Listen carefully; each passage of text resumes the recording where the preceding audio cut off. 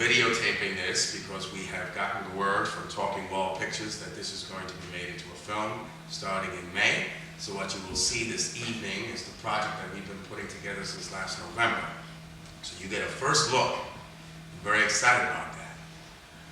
Mr. David Amram is in the audience tonight with us. He will be joining me shortly on stage.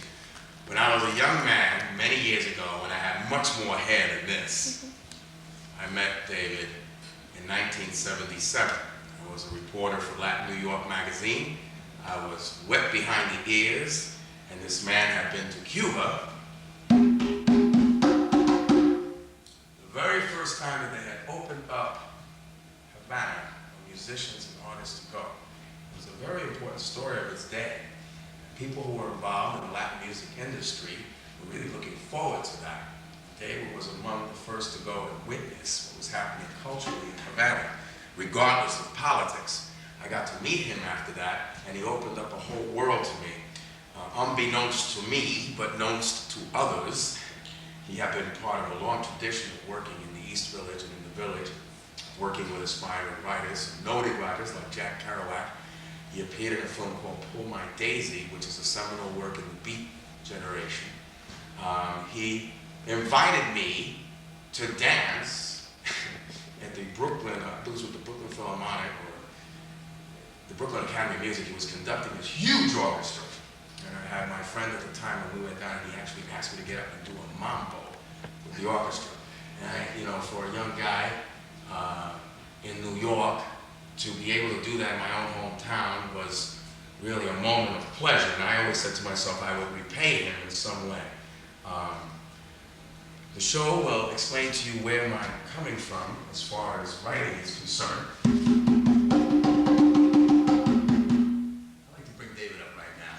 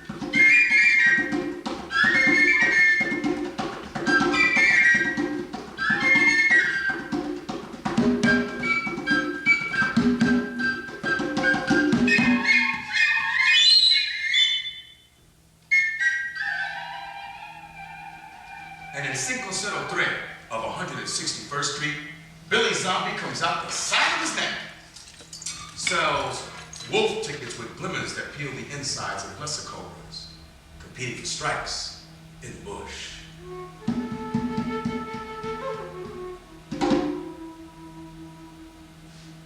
Cubicle thoughts neatly arrange themselves in Billy's mind.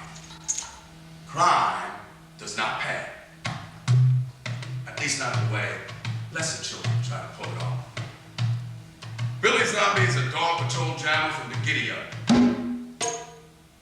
For him, Susie Sidewinder is heaven on earth. The pale fall moon moans as Billy makes love to Susie. Never with her, but through her.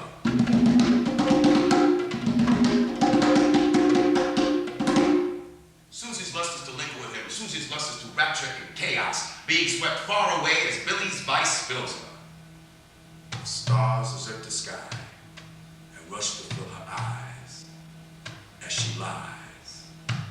While Billy pumps her lips up and down, all around with a circular motion, swallows her whole. She comes hard, sits straight up, impeding, repeating, succeeding, rushes up, ecstasy, ecstasy. Oh, Billy, you can crawl across my bed sheets on your eyebrows anytime, my man, you may be a bitch to others, but you're an angel in my eyes.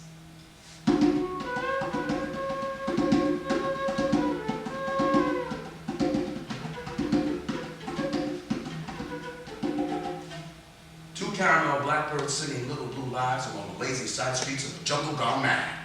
In between the sexing, Billy rides to loop night to night, and with Susie, leave little pieces of themselves on the extreme highway.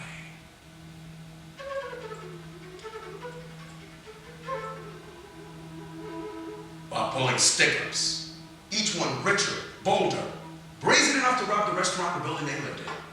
Going back later for a late supper, acting shocked as the cantina owner spilled his drinks, his bottles. You don't say. They robbed you? They robbed you? Oh my God, who would do a thing like that to you? Billy Zombie and Susie Sideline are 2 necessary evils in this part of God's little acre. For them, they're meant for the life. But without them, goodness would be a bland, indistinguishable routine. They apologize for nothing. They're not conceited. They're not conceited. They're convinced that crime does not pay. At least not the way I do it.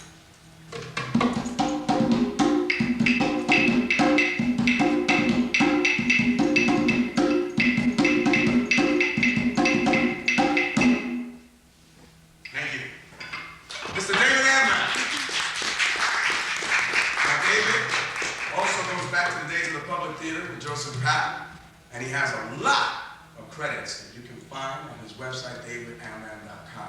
If I let him talk, he'd be here all night. David can talk. Now we'd like to do the show for you. Thank you very much, Mr. Amram. One moment, please. I hope you have a good time. I certainly already am. String sounds, please.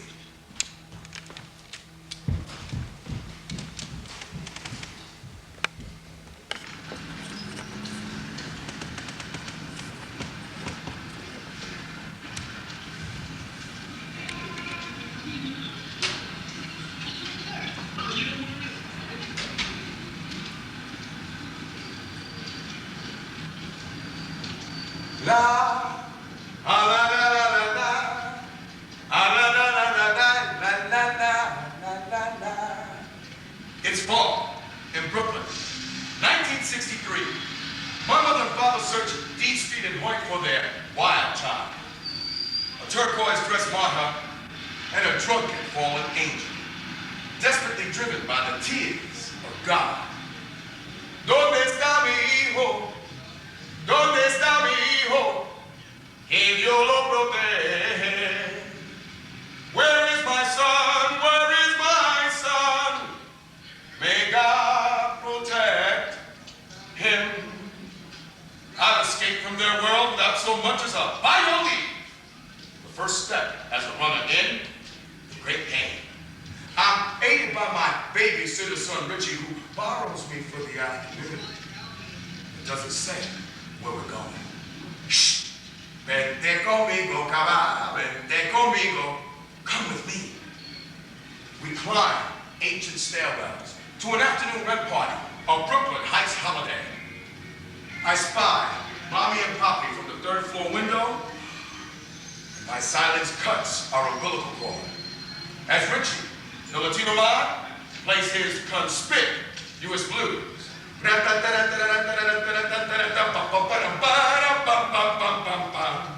His hands detonate a jet black bomb of grand piano, whose sound swings through the barren apartment, where the musical notes come like wave after wave after wave on a sunny day at Coney Island. I'm scared and fascinated. I taste my fingers sweet with caramel. Cherry blossom and almond scent of the freshly painted rooms settle on my 7-year-old body. I am seduced by the beauty of New York music. Richie returned me home late in the afternoon explaining as best a 17-year-old could that he had lost track of time. Richie, Ricardo Rey, had started time for me. The streets of New York always called me, always enjoyed it. I'm a cultural terrorista, a creative anarchist. I drink, I smoke, I gamble. I live the life I love the life I live. And even if I were to lose it all tomorrow, even if it all went away, I still have my memories and my dreams.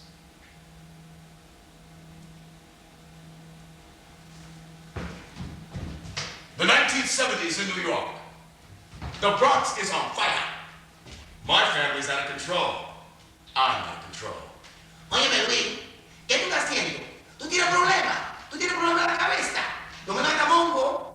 Louis, what is all this stuff that you want to be an artist? Why don't you go back to college? Why don't you learn a trade, make some money? Mami, what did you do? What did you do? I stumbled onto the Lower East Side to look for some answers. Lower East Side! And there, I found them. Maybe they found me, the poets. At a time when no one was paying attention to Puerto Ricans in the mainstream, not the movies, not radio, not television. They were the poets who told us who we were and who we might become. I'm 19, young, beautiful. Hell, I'm even desired. I took myself to the original New York Poets Cafe on 6th Street. It's an adventure. Muy buenas noches y bienvenido aquí al New York Poets Cafe, donde los hombres son hombres, las mujeres son mujeres, y todo lo que rico le gusta en la gran poesía. Buenas noches! Oh man, this place is weird. Looks like the Twilight Zone. Oh, this is pretty dangerous. But I think I'll stick around. Something interesting might happen. Oh, Dad. That's Fernando Feliciano and Sandy Esteves, poet. That's Pedro Pietro, the playwright. Tito Goya, Bimbo Rivas, and Lucky Cienfuegos, those crazy actors. That's Miguel Piñero.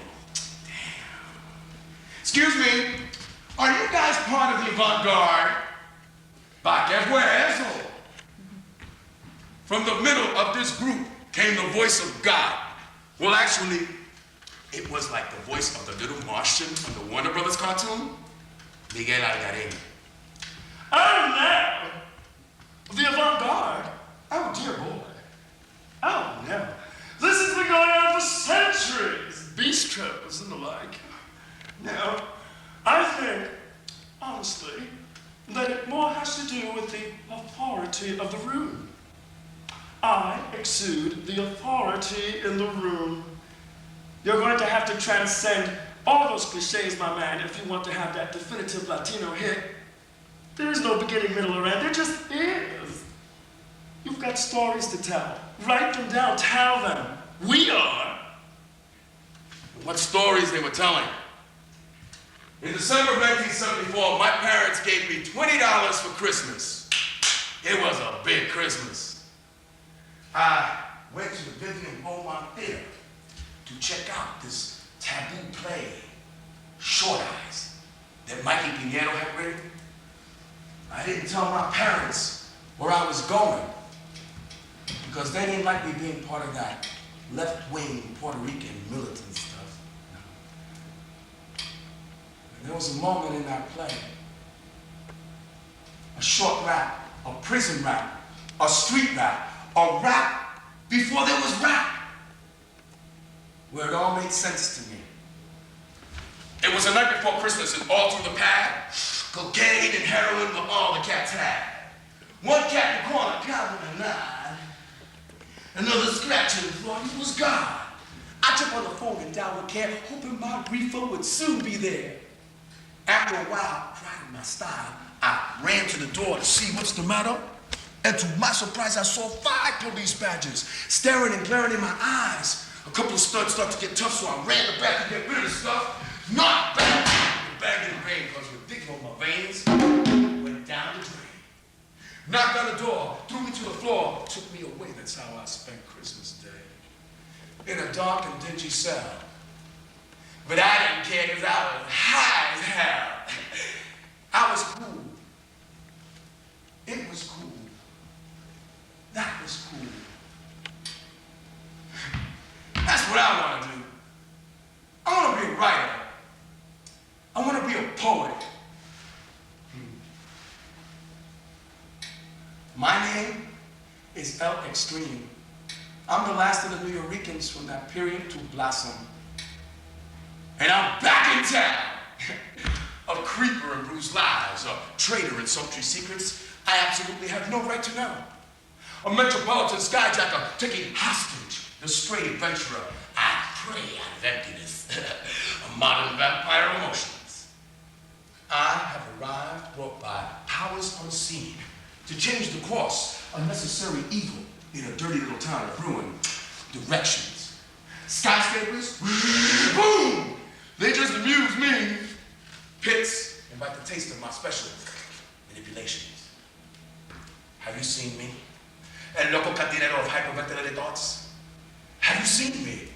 I arrived naked at the party, trying to check my clothes and announcing, oh, mira, I came to dance. I seduced the confused poet, the isolated lover, the struggling woman, the ambitious teacher to tell me their stories. I perform on stage, free of charge. Sparks fly from my steel tipped heart. Create icons of indignity, ain't I the Boy Scout?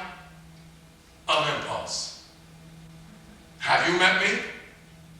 My eyes tongue a red haze of silver spikes and black velvet fury. A Catholic born to rampage through hell. A new age saint with a customized rosario, who sweats benedictions as I ride her on an elevated rooftop with a pistol strapped to my back, each thrust sending off a bullet up between her legs, through her stomach, past her heart, coming out her lips into mine.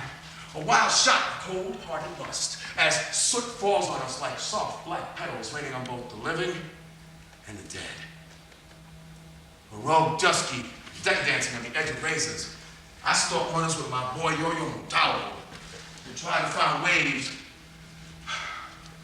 to avoid our own stalkers. Night bombers in silk shirts and $400 shoes. Searching for keys broken off long ago and forgotten locks. Searching for the great game. And compromising every truth along the way. Forget about it, the place is doing the right thing, and I fade as a stand-up guy. Searching for a way in. I've been speeding so long, marking time, paying cops, burying partners, tricking queens, cruising shadows, whacking even priests. In dreams, reality cuts loose, avenues slice into boulevards. Dodge City. I jump into my third world club car, reeking of polo and reefer, and artillery strapped on every extremity. I'm headed for a celebration. Yo-Yo, he's spinning. Dead eyes, crazy glued on everything. A plastic mask for a face. Fifth in one hand, and 8-ball, oh yeah. Oh man, La Coca-Cola! In the other, a new kind of pool game without a clue. On guard from what? Ourselves? We suppose. Yo, L.